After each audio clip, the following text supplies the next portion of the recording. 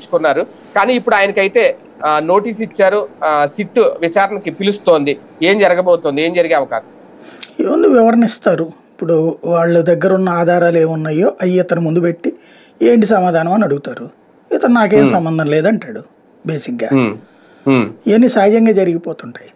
ప్రాక్టికల్గా ఏంటంటే ఇప్పుడు విజయసాయిరెడ్డి వీళ్ళు ఈ లిక్కర్ పాలసీ గురించి చర్చ జరిగినప్పుడు నాకున్న సమాచారం మేరకు అక్కడ 3 నెలల పాటు సమావేశాలు జరిగినాయట. ఈ పాలసీ ఎట్ట పెట్టాలి, ప్రభుత్వంలోనే ఉంచాలా, ప్రైవేట్ ఉంచాలా, ఎందుకంటే అప్పుడు ప్రైవేట్ మధ్య జగన్ టైంలో అలా 3 సార్లు మీటింగుల్లో విజయసాయిరెడ్డి కూడా ఉన్నాడు. కానీ 3 నెలల తర్వాత విజయసాయిరెడ్డిని పక్కన పెట్టేశారు.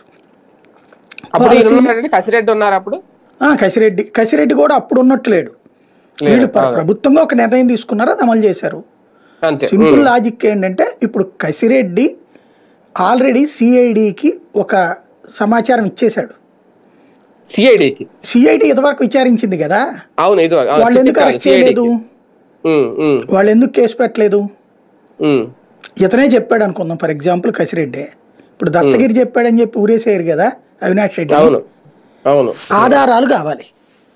ఇప్పుడు సమస్య ఏంటి, డబ్బులు పట్టురావాలి. ఇక్కడ వీళ్ళు చెప్పిన లక్షల కోట్ల రూపాయలు, 100 కోట్ల రూపాయలు, 1000 కోట్ల రూపాయలు కట్టలు ఎక్కడ ఉన్నాయో తీసుకురావాలి. 5,000 చెప్పింది 6,000 కోట్లు. అదే